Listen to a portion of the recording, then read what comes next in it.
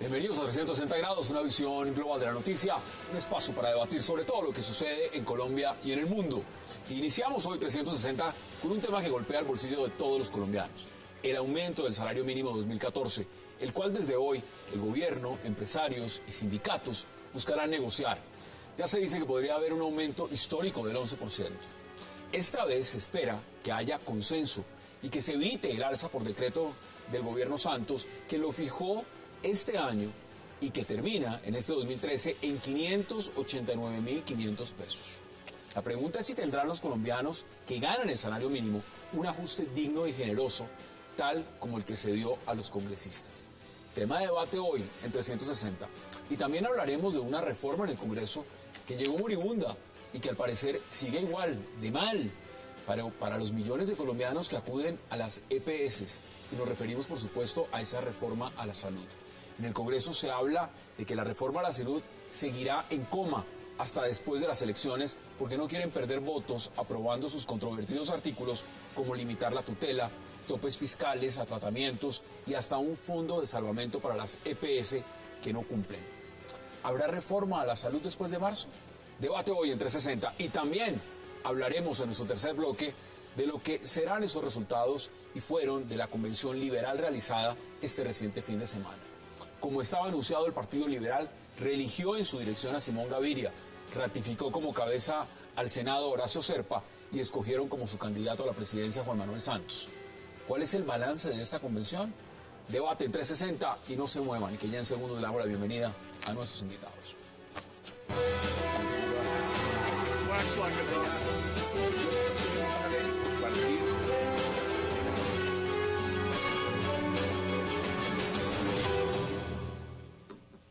Y qué placer darle la bienvenida esta noche a la congresista Alba Luz Pinilla, a Alberto Abello, a Jaime Eduardo Arango, al congresista Jack Hosni y también al presidente de la CGT, Julio Roberto Gómez. Caballeros, congresista, qué placer y gracias por aceptar esta invitación. No, gracias a ti. Mire, empiezo con usted de una vez.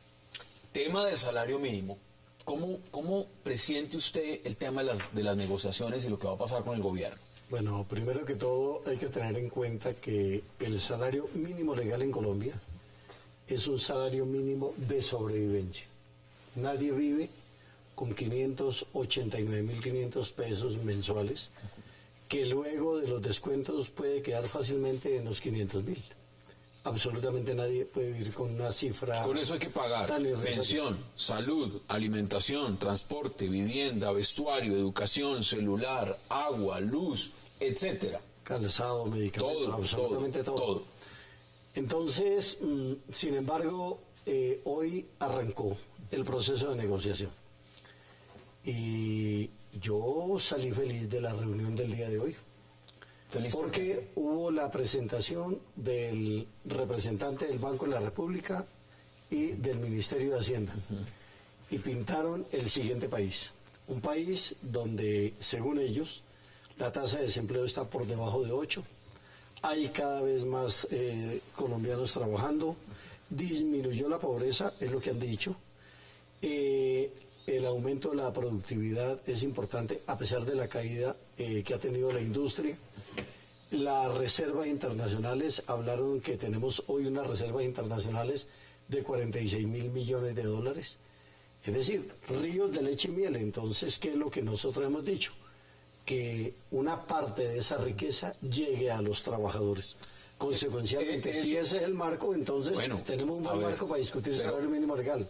Jaime Eduardo, ¿usted cómo ve? Porque pues, lo que nos están describiendo aquí, y no lo está diciendo cualquier persona, lo está diciendo el presidente de la CGT, es que el panorama del país que le pintaron es Alicia en el País de las Maravillas. Con esa descripción, ¿cuánto será entonces ese aumento en porcentaje en el salario mínimo? Lo que pasa es que hay que diferenciar tres aspectos en el tema de salario mínimo. Uno es el de carácter técnico, otro es el de carácter político y otro es el de carácter como relativo a la filosofía económica.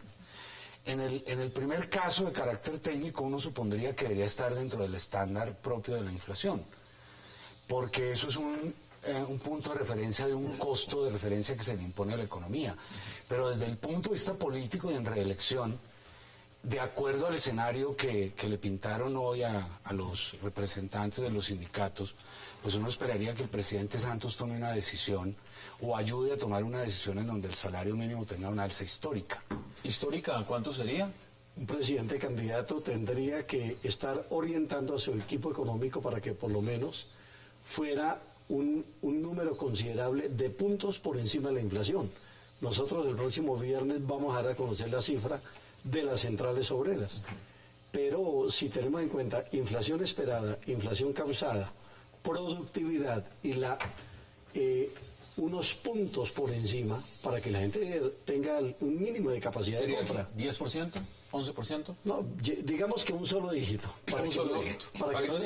Para que no digan que somos irresponsables, toda esta cuestión. Yo no sé si va a ser el 8 o el 9%, pero de todas maneras, claro, a uno le dicen, no, es que la inflación difícilmente va a llegar al 3. Es decir, que les van a ofrecer el 4.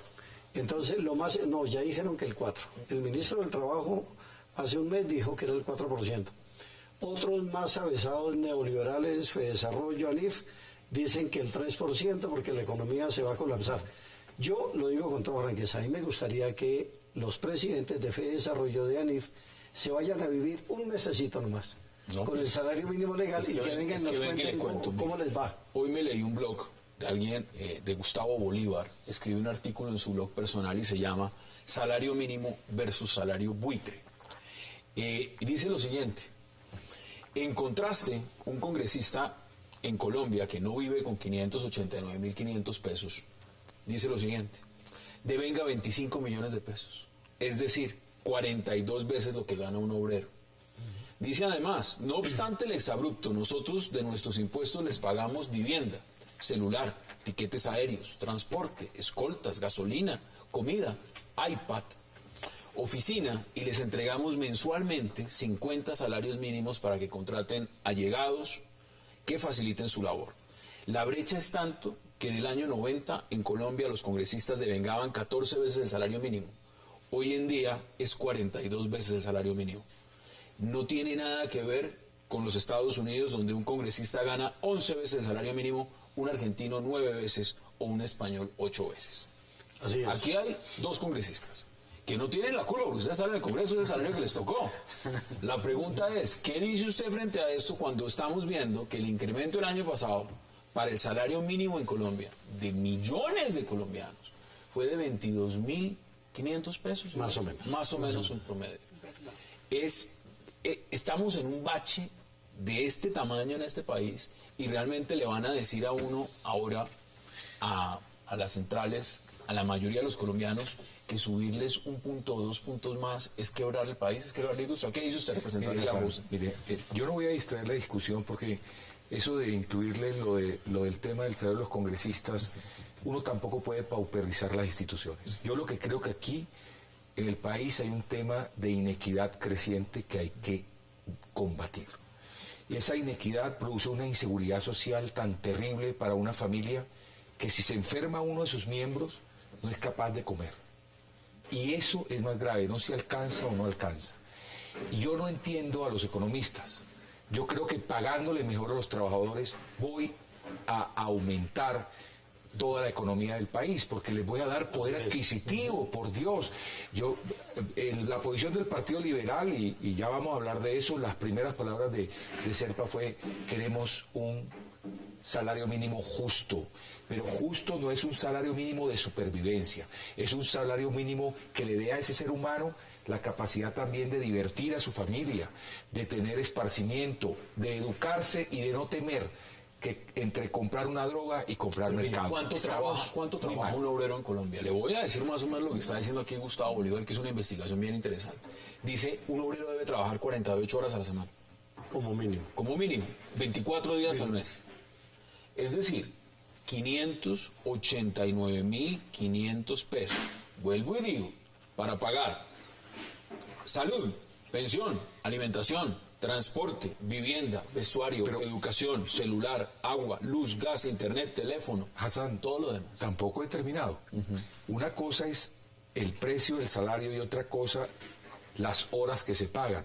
También hay que revisar el tema de las horas nocturnas. Que acá en esta familia... Eso decir que después de las 6 de la tarde hasta las 10 de la noche no es recargo, porque eso es contra natura. Este es el país También hay que darles esa gabela ahí. Pero ahora Mire, yo también- desde el punto de vista realmente conservador, teórico, no de partido, estoy totalmente de acuerdo. Hay que elevar los salarios de la gente más necesitada para que consuman más. Eso que tiene hoy sus problemas, porque hemos firmado toda clase de TLCs y de repente puede que ya no salgan a consumir productos colombianos. Habría que De afuera. insistir, pedir que se tratara de eso. Pero hay otra cosa también que es bastante grave con esto de los salarios. Que si los suben demasiado, entonces iban a destituir gente para recargarle el trabajo a algunos, entonces tiene que estar ligado a la productividad.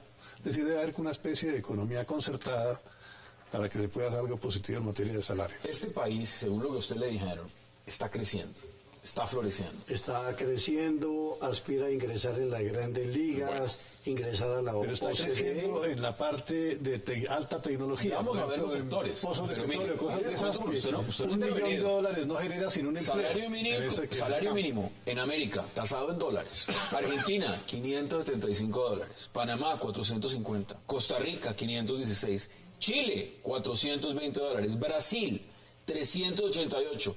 Ecuador, 371.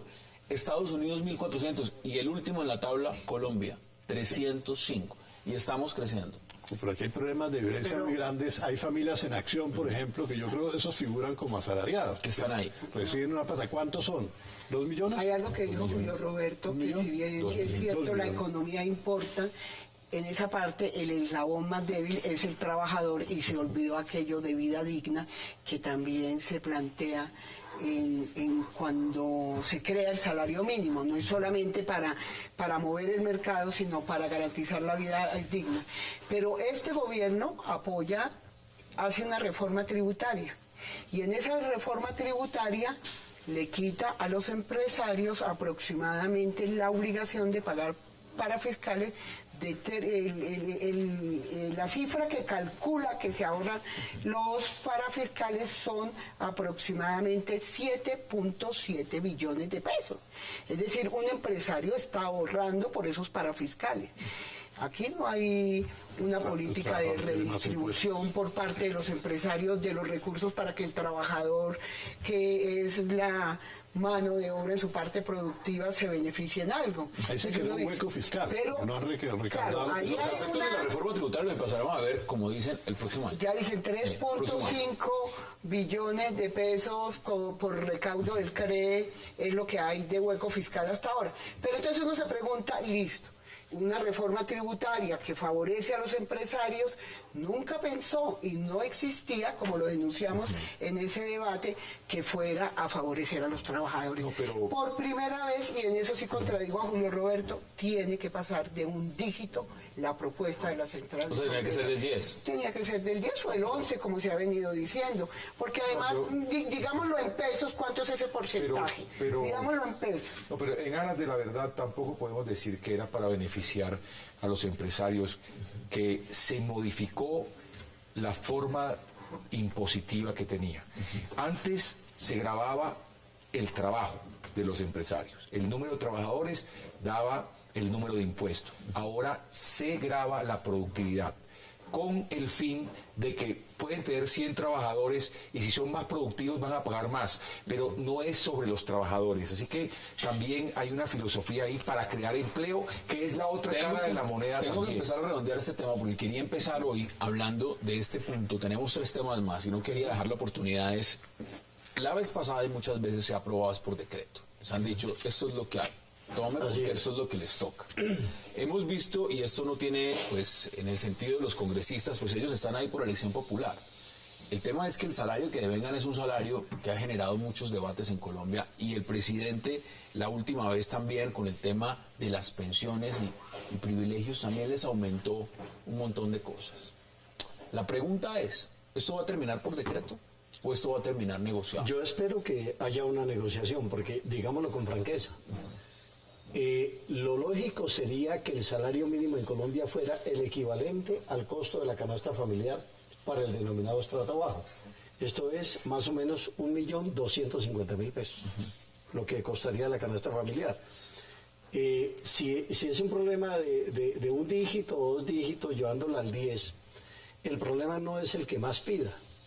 El problema es las argumentaciones que surgen en la mesa y entonces nos van a decir, si la inflación es del 3, entonces si se pide un 10, eso significa más del 300% y van a manipular a la opinión pública con ese tipo de situaciones. Entonces, ¿qué es lo que dice el movimiento sindical? No solamente salario mínimo legal, sino medidas colaterales, la reducción de los precios de los combustibles, la congelación de las tarifas de los peajes. Tenemos los peajes más caros del mundo para las peores carreteras del mundo también. El tema de cómo blindar el salario mínimo y los salarios de los trabajadores en temas que tienen que ver con canasta alimentaria, con canasta educativa, con la canasta de salud. ¿Cuánto fue el auxilio a los cafeteros del 40%? Bueno. El año entrante va a haber otro auxilio, Así están es. sembrando más para tener más auxilio. Entonces, ¿qué hay que repensar en esto? Tengo que ir a una pausa No, obligatoria. un pequeño mensaje solamente, es decir, salario mínimo legal que sea cada vez más alto para que la gente tenga capacidad de compra. Claro. Porque Usted lo para dice. que un país produce bienes y servicios si la gente no tiene capacidad. Para acabar con la Roberto Gómez, iniquidad. presidente de la CGT, gracias por habernos acompañado. Muchas gracias. Vamos a la pausa porque al regreso vamos a hablar de una reforma moribunda, pero reforma. Vamos a hablar de ella, ya regresamos. Antes de empezar.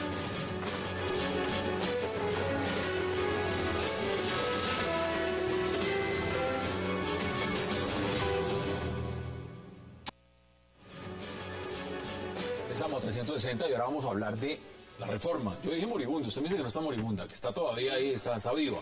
Está para discusión, efectivamente. Ángela Robledo, Gloria Estela Díaz y yo presentamos una ponencia negativa. Esa ponencia tiene que discutirse. Sabemos que hay otros ponentes. Hemos escuchado que se va a presentar una ponencia donde buscan modificar algunos artículos, pero leyendo una entrevista que le hizo un periódico ese fin de semana al ministro Gaviria, donde dice, yo no entiendo la criticadera que dicen que es que la salud es un derecho, entonces no entiendo por qué quieren acabar el negocio. Eso significa, y eso sí me preocupa mucho, que es que no he escuchado en todas las audiencias las propuestas que han hecho absolutamente todos los actores que se Pero proponen. a ver, muchos Cambiar están el diciendo sistema. en este momento, y cuando digo muchos, no son la gente en la calle, son congresistas, desde Mira, desde otros partidos que dicen, mire, vamos realistas, esto no hay tiempo para votar, esto no va en esta legislatura. Y sencillamente yo no sé en el Senado por qué nos mandaron ese chicharrón, si además es una reforma inconveniente, que no tiene todos los puntos a favor y que nos va a hacer es perder votos. Y yo no me voy a quemar en estas elecciones porque estoy en campaña. ¿Eso es cierto No, yo no creo. o es distinto? Si la reforma estuviera bien ajustada, sería un buen instrumento hasta de campaña. Pero no es lo primordial es que tiene fallas estructurales que le hemos dicho al ministro que tiene que revisar. Por ejemplo, la bancada liberal de Cámara le mandó a revisar estos puntos.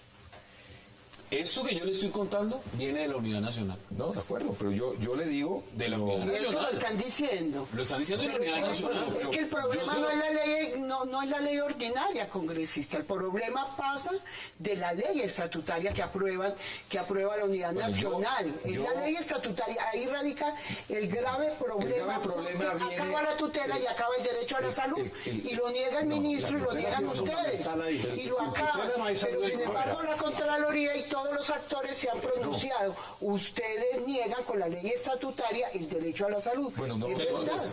pues que no he empezado a hablar. Adelante, tiene la palabra. No he empezado a hablar. Primero, revisar el tema de las EPS. Lo de la integración vertical, cómo va a funcionar, si no va a funcionar, o vigilarlas mucho más. Democratizar el acceso a las especializaciones. En Colombia los especialistas son muy pocos y las academias también solo gradúan 2 especialistas por año. Ya no damos para eso, hay que aumentar el número de especialistas. Mantener la meritocracia para la gerencia de los hospitales, que querían cambiarlo. Pagar las deudas de los hospitales públicos. Pagar a las gestoras por eficiencia en la atención y no por número de usuarios. Ahí podríamos tener un cambio estructural. Definir el tema del aseguramiento. ¿Cómo va a ser el tema del aseguramiento? mejorar la cuota moderadora. Es decir, a los esa pensionados, mayor control de las personas. Por eso estoy diciendo, ¿esa reforma usted no la vota? Otra ley. ¿O la vota negativo? Eso es lo que hemos recogido incluso de la gente que ha protestado, de la academia, de los especialistas, de los médicos. Miren lo que está diciendo el Vallejo. El vocero del Partido Liberal de la Unidad Nacional. Entonces hay una Él cosa. va a terminar presentando otra ley porque seguramente los otros no le van a aceptar y el tiempo corre. ¿Cuánto tiempo nos queda para esa ley? No, nos queda hasta julio del otro año. Muy poco tiempo, porque ustedes se van de vacaciones, se van de campaña a todo el mundo. Están en campaña. No, y salimos el 16 de diciembre. No es que sea una campaña, sino que salimos en diciembre. Esto lo mandaron en una ambulancia, ¿no? Con miras a este debate, recibí un comunicado muy interesante de la Asociación Colombiana de Facultades de Medicina, que de alguna manera no solo es la academia médica, sino los médicos que están continuadamente estudiando. Y en resumen dicen lo siguiente: la salud tiene dos actores, no más, el médico y el paciente. La reforma de la salud se ocupa de todo lo demás, menos del médico y del paciente.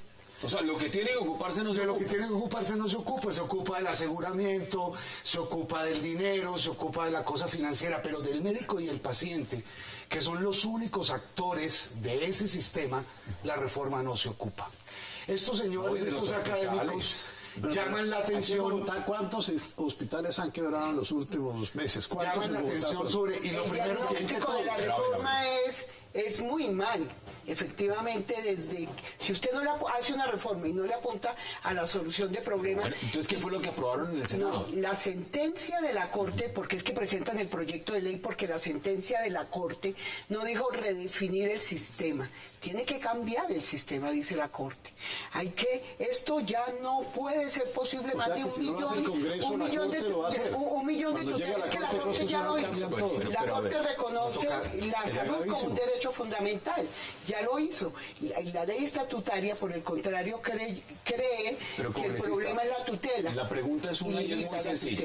Si aquí el congresista Jan Hosni nos dice, yo tengo estos reparos que me parece que hay que evaluarlos y es válido. Bueno, aquí tengo documentos que ponen desde el partido, el movimiento político, mira, 10 puntos que dicen no me gusta la reforma, se limita la acción de tutela, los servicios de salud no serán autorizados, no se eliminan las EPS, solo cambian el letrero, mantienen integración vertical, no le convierte al Estado en tesorero de la EPS. Mire, si usted es serio en una reforma a salud, tiene que tender a que se acabe la tutela. Bueno, pero eso se lo digo de una vez. Vamos por partes. Si se atiende pero no como el problema, claro. Ojalá nunca nadie tutele. Se ha muerto con una tutela en el bolsillo. Pero ahí sí lo dan como problema. Gente que ha muerto con una tutela en el bolsillo. El tema de fondo es si esto tiene todos sus reparos, ¿por qué se presenta en este momento como se hizo con una reforma a la justicia que va a terminar entonces posiblemente hundiéndose o saliendo al final? Claramente el tema no es tan sencillo. O era mejor presentarla con los temas de fondo. Quiere solucionar. El tema sí es muy complejo. A ver, yo no le puedo decir que el polo, que el ministro, que el presidente o que el Partido Conservador tiene una mala intención con respecto a la salud. Creo que estamos enfrentando un problema que también es fiscal. Así Albaluz diga que no, porque la salud se paga con plata. ¿Dónde está yendo la plata? A los intermediarios. Que no es solo ese problema. A los intermediarios. Hay que definirlo. ¿Cuántos millones se fueron para el barril sin fondo de esos intermediarios y entidades? Mire un cambio. Más de 9 billones, que yo sepa. Algunos dicen que 14. El actual gobierno ya presentó una reforma a la salud, no olvidemos. Y ahí salió un discurso del presidente Santos al que el columnista Gaviria, en esos momentos, hoy ministro, dijo que era carreta lo que decía el presidente Santos. Cuando se aprobó el Congreso la ley 1438, en agosto del 2011, en una columna del Espectador, el ministro Gaviria le dijo, presidente, carreta. Y ahí que decía el presidente Santos, vale la pena recordar las palabras de Santos cuando se aprueba la ley 1438. Usted también aprobó, congresista, el giro de cuentas corrientes, es decir, no es la primera reforma que presenta el actual gobierno. ¿Por qué no reglamentó la 1438? ¿Qué pasó con ella? Vamos a ir a una pausa. ¿Lo que dijo Santos fue mentira? Porque yo le leo lo que dijo. Vamos a la pausa y también quiero preguntar, porque hay un tema, Jaime Eduardo, y es, si este es el panorama, vamos a ver entonces ya cuántas reformas que no han avanzado. No me pregunte por qué, no han avanzado. Vamos a la pausa en 360 y ya regresamos.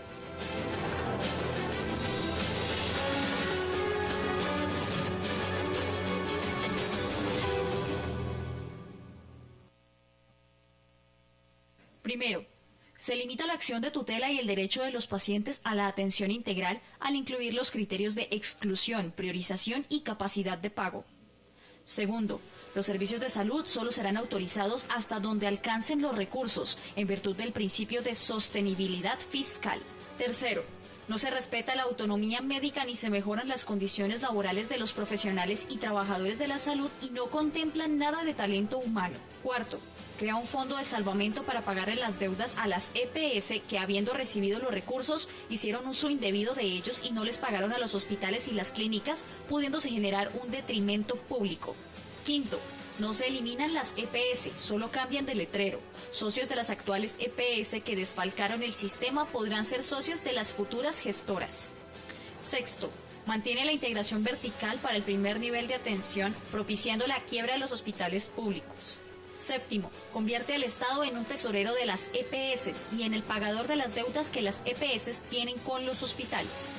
Octavo, entre más servicios restrinjan las EPS, mayores excedentes generarán la final de cada año, convirtiendo los recursos públicos en privados y legitimando el uso indebido de dineros como el caso de Saludcop.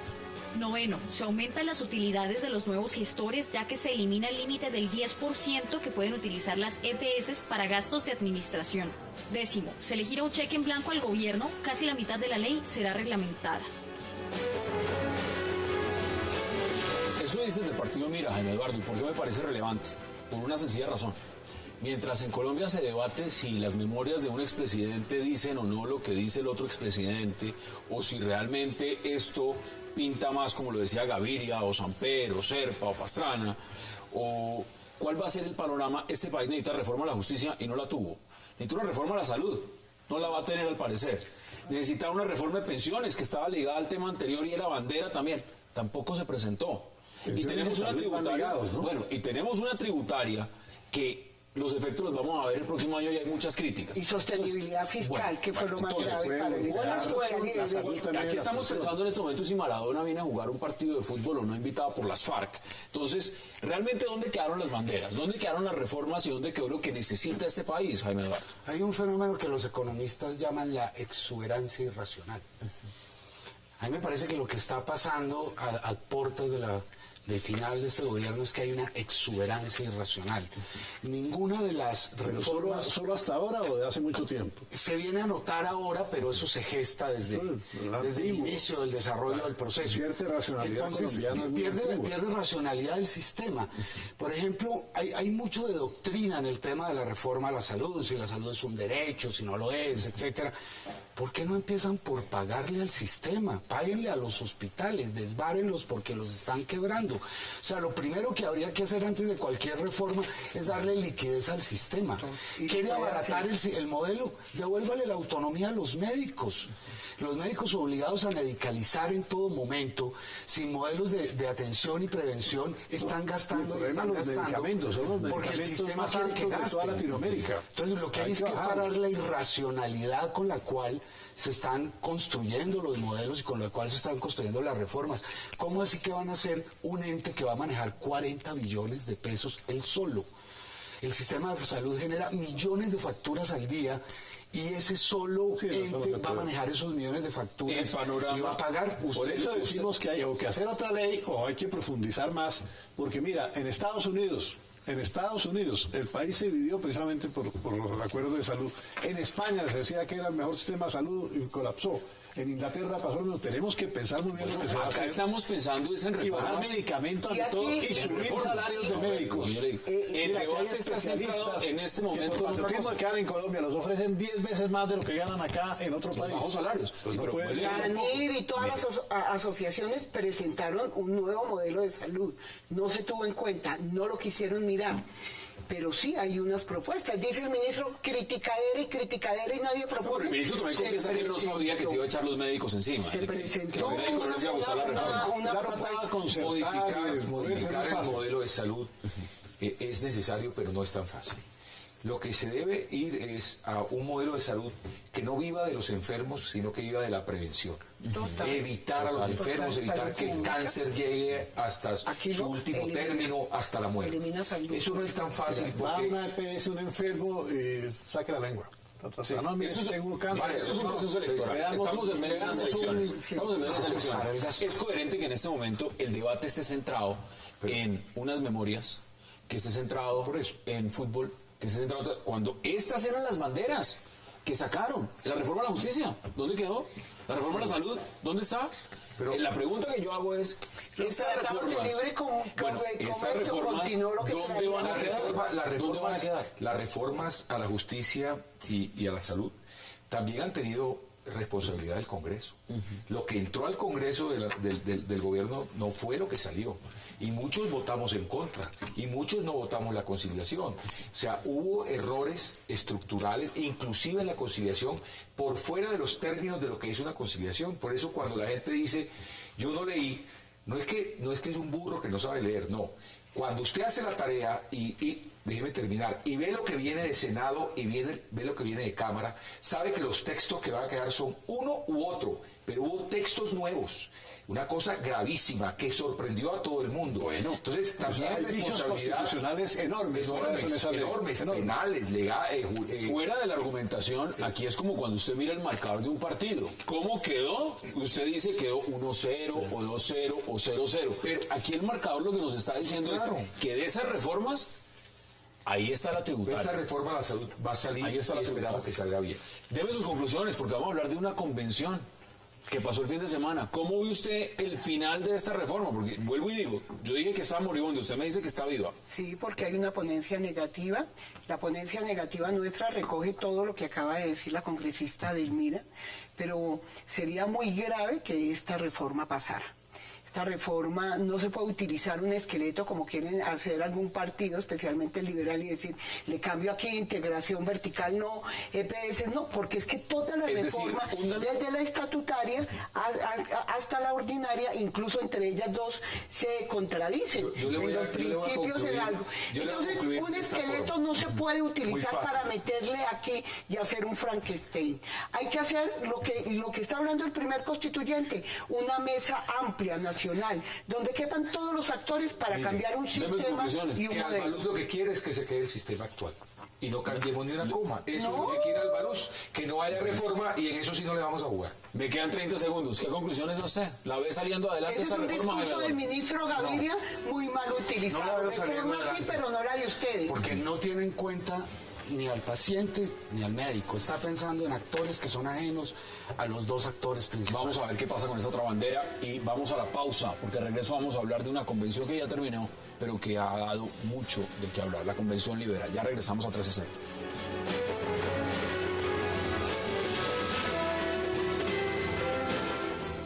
Lo natural te nutre más. Toma leche colombiana, una campaña del Fondo Nacional del Ganado, Fedegan.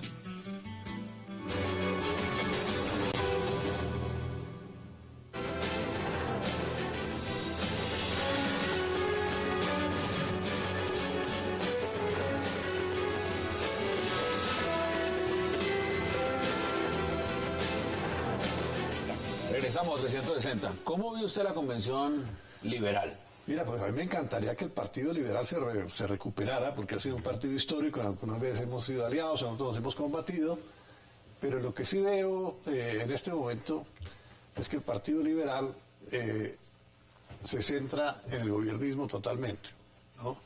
Lo cual es bueno por un lado, porque necesitamos que el presidente Santos salga adelante. ¿Gobiernismo, Pero- no clientelismo? Pero no, clientelismo total porque la política se encareció, pero todos los partidos. Es decir, el día que en Colombia se puede hacer política gratuita, ese día la política se ennobleció, volvemos a la Atenas griega. Pero en este momento para ir a una campaña para el Senado, para ir a una campaña a la Cámara vale miles de miles de miles. Pero Según es que dicen los interesados. están diciendo que el presidente del partido prácticamente lo chantallaron para darle su lugar. Es decir, si no le daba a Horacio Pero Serpa... no creo, bueno, no creo. Bueno, eso, Mira, no. si Simón Gaviria, si fuera eso, hubiera roto y se hubiera pegado una crecida, hubiera roto con esos clientelistas y tal, y se pega una crecida ¿Será? similar a la que ganaron en su tiempo. A usted le pregunto ahorita, porque usted estuvo allá en la convención. Tranquilo, y aquí- ¿Cómo ve usted lo de los liberales? Bueno, el problema de fondo es efectivamente la reelección, un Estado que está montado sencillamente para gobernar 4 años por el gobierno de Uribe pasa pues con trampas la reelección en Colombia. Hay trampas que históricamente uno dice si hay justicia, lo de Yidis y ese voto tiene que anularse y el voto de Teolindo tiene que anularse y aquí no habría reelección. Lo del procurador que ha causado gran debate, nadie le impide a que no hable. Es decir, yo miré cuál es la ley que no le impide hacer, que le impide hacer advertencias, él lo puede hacer. Pero lo que dice el ministro es totalmente cierto. Quien lo juzga a él es la Comisión de Acusaciones de la Cámara, ¿sí? Toda conformada por la Unidad Nacional. Tiene el presidente de la República 25 investigaciones abiertas que hasta ahora están en preliminares. Pero contra nadie, ¿a quién ha condenado a esa comisión? Nada, A eso nadie, es pésimo. en años de Entonces, esa zona gris, sin lugar a dudas, están en desventaja el resto de candidatos. Presidente, candidatos, eso Bueno, pero es... el presidente ha dicho claramente, fue a esta convención. Como académico, Además entiendo que fue en calidad académico. Sí, Eso pero dijo. la emoción dijo viva el Bueno, Partido Liberal. Bueno, Sí, pues, el eso es- Partido Liberal ha existido esa siempre. era la lección, Campaña, esa era la clase. Pero eso Ahora, es académico, de cómo se pronuncia bien la cosa, puede ser académica también, ¿no? Jaime Eduardo, mire, el tema también es el siguiente. Los liberales han hablado de renovación. En esa convención se habló mucho de renovación, la renovación liberal. Usted decía, Alberto, que a usted le interesa que el Partido Liberal crezca y Me se gustaría, fortalezca es un partido y sea de histórico. nuevo un partido fuerte. ¿Usted ve la renovación ahí? A mí me encanta lo que pasó en la Convención Liberal porque se les olvidó una cosa muy importante. Hace 10 años, o un poco más, la elección presidencial fue Álvaro Uribe, Horacio Serpa. Y Álvaro Uribe lo barrió. En esta elección a Senado, irá cabeza de la oposición, Álvaro Uribe, cabeza del liberalismo de nuevo, Horacio Serpa. Y van a Puede repetir el reeditar. fenómeno. No, lo van a reeditar por completo, con absoluta seguridad. Es un grave error de apreciación estratégica. Bueno, ¿cómo lo ve usted ahora sí desde su orilla liberal? Pero cuando haya más listas y más listas, Creo que ¿seguirá toda- esa presión tan grande?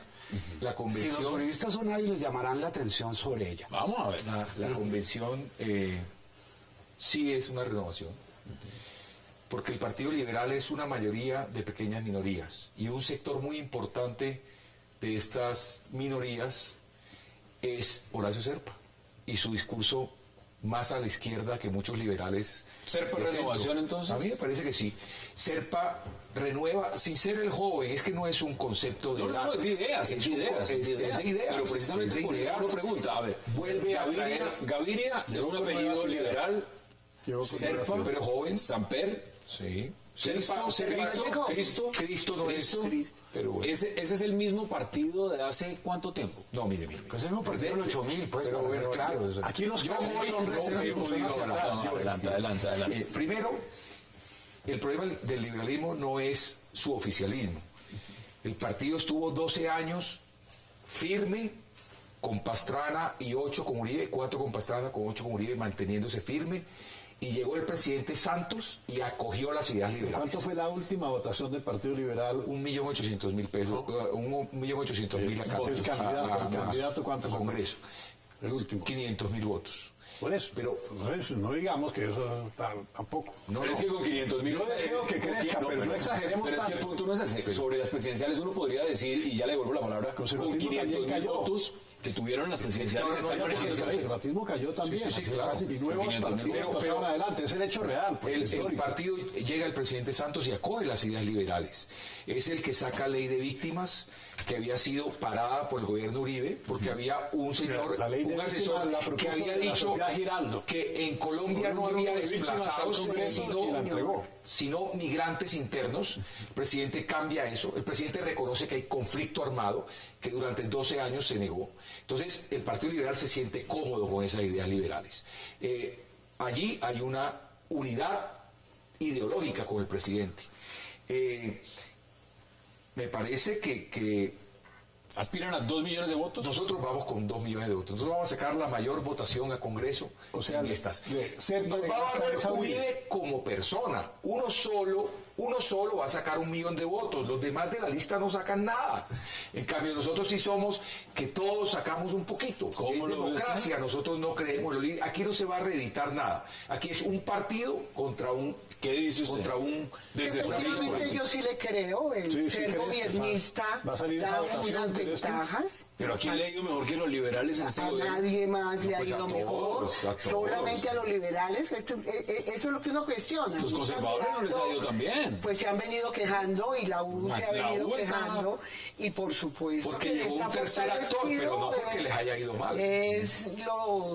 Los liberales están muy fortalecidos, eso Conservatismo hay no se dudas conoce también, en el según Congreso de la unos- República y por algo están en el gobierno. Pero además Mire, el han liderazgo- pasado cosas tan graves que uno dice, ¿por qué los liberales apoyan un proyecto de ley que hoy que venía de Uribe, que fueron los opositores, que es el dichoso de los beneficios económicos periódicos, que en mi intervención leí lo que dijeron los liberales para yo ponerme a ese proyecto y por qué terminan apoyándolo, porque era este gobierno. Es decir, el ser gobernista sí les da algunos Pero sí es réditos. mejor apoyar al gobierno por sus ideas, por sus logros, por sus proyectos, que obligatoriamente todo lo que diga el gobierno decir que es bueno. A mí me parece ¿Cuál es la que renovación hay en que- ideas que uno diría en este momento Yo tiene creo el que Partido el Liberal? liberalismo está en ideas en el siglo XIX. No, uno dice, ¿cuál es se el- opusieron a ustedes cuando hemos lo vuelto a las llamaban Uribe. bases, Pero hemos vuelto a ahora- los jóvenes. Con Serpa rescatamos la izquierda, eso es lo que tanto le doy al Baluz, porque mucha izquierda va a votar con el Partido Liberal. No, recuperamos el pueblo víctimas, tiene estamos su siendo militancia. líderes en tema de víctimas. El presidente del partido, Simón Gaviria, ha hecho eso bien. Y entre todos, el resumen de la comisión convención es... Tenemos el pasado de Gaitán, de López Miquelsen, pero también tenemos el futuro. Venimos desde el siglo XIX, del siglo XVIII, pero también tenemos ideas. Mauricio que van a Vargas, evolucionar. El polo tiene militancia, no es chicha ni limonada. El polo tiene Está una golpeado militancia, una también, está militancia. golpeado. Y una línea Claro, firme. y nadie ha negado, Jaime Eduardo, pero vamos en hacer. Mire lo que dice Mauricio Vargas, que me imagino usted leyó la columna también. Sí, claro. Dice, bienvenidos al pasado. ¿Es al pasado o es bienvenidos No, es que están reeditando absolutamente el pasado, están reeditando las figuras. Pero eso puede tener éxito. Mira, aquí la gente tiene una mentalidad todavía mucha del siglo XIX. Entonces, esto de Serpa y todo eso tipo siglo XIX les va a gustar a muchos. Es que no existe increíble. nada Eso, más. o sea, electoralmente eso va a ganar. La pregunta es... Es que todo lo del pobre es robado. Lo edité aquí, lo veas. El señor Gerlain del Partido Conservador es muy joven. Pues va a ser cabeza de lista del Senado.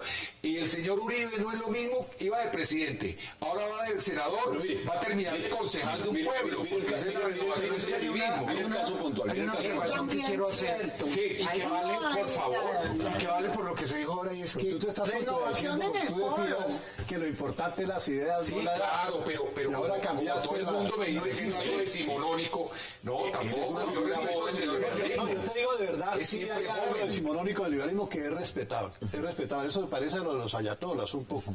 Y eso tiene éxito. No, lo peor es que tiene éxito. La gente sale y vota. no por existe eso. nada más reaccionario del Partido Liberal. Pocas qué? cosas más Eso viene- reaccionarias eso lo que el dice Partido Uribista. Liberal. Porque Es eso lo dice absolutamente Uribista. reaccionario en todo. Una de Yo no las sabía que una la izquierda de estaba las haciendo La razones palabra reacción que es muy importante. Una de las razones Que a por veces hay las que cuales reaccionar ante las cosas de la nosotros vida. hemos liberalizado lo suficiente la economía para tener un modelo como el chileno o el peruano es por la retórica permanente del Partido Liberal contra el libre comercio o la retórica del Partido Liberal contra el cumplimiento de la ley y la lucha contra el terrorismo. Esos son vainas premodernas.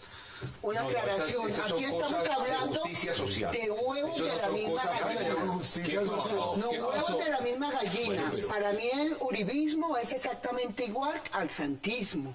Hoy aparecen ser los grandes opositores y Hay eso no es coincidencias, verdad. pero no son iguales. Eso No no son es iguales, verdad. son La iguales. campaña Son iguales. política de Santos la hizo Uribe, le dijo, cuídeme los huevitos de la Pero misma... eso mueve en otro sentido, lo que No, pero es que los de huevitos la no tienen misma nada que gallina. se están cuidando hoy en Y día. tanto, ¿qué? Sofía Reyes, Estados Unidos, ¿quién quiere lo hacer una empezó? paz Uribe. negociada. ¿Quién lo votó? Y Gobierno de Uribe- Santos. Usted Uribe ve diferencias, a ver, usted ve diferencias porque aquí hay una divergencia Yo sí y un quiero ver a los enfrentamiento uribistas entre el votando señor contra el Juan Santos. Manuel Galán y Horacio Serpa. Mire, yo en el Congreso de la República no he visto uribistas votando, en Cámara de Representantes, uribistas votando en contra de un modelo neoliberal de Santos. No los he visto, ni un voto negativo. Entonces apoyan sostenibilidad fiscal, apoyan TLC, apoyan reforma tributaria. Un opositor tiene que ser a un gobierno y a su modelo de gobierno, pero no solamente decir por fuera. ¿Dónde quedan nombres? Nombres, por ejemplo, como senador Velasco, Guillermo Rivera, el suyo.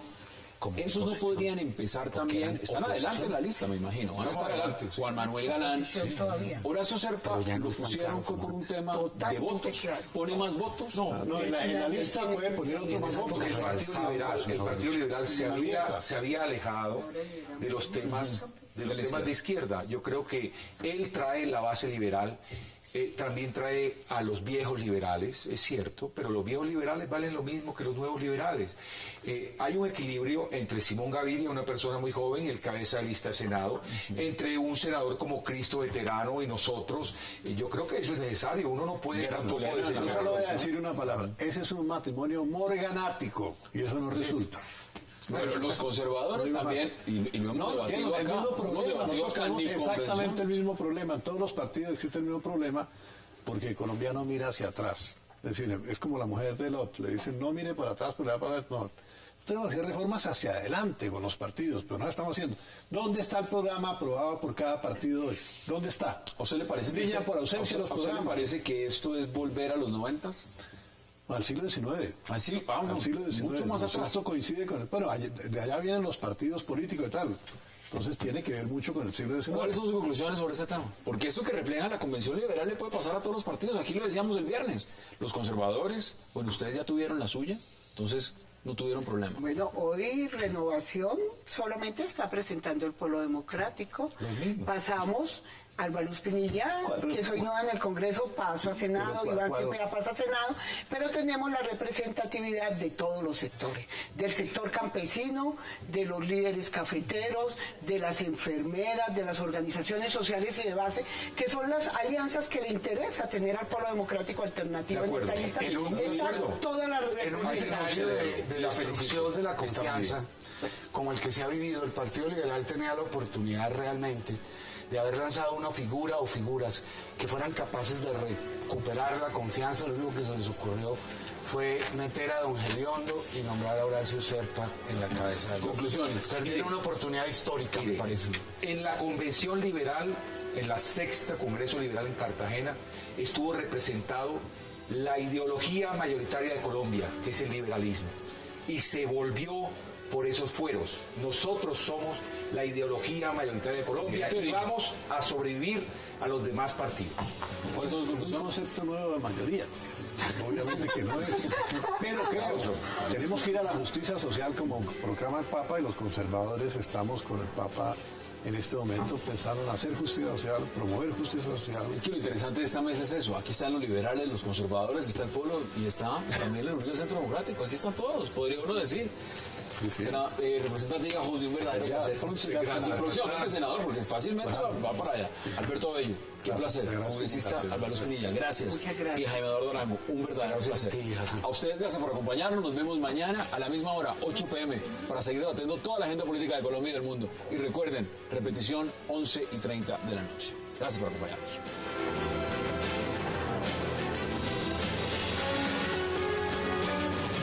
Expreso Bolivariano, vamos por Colombia, presentó 360 grados.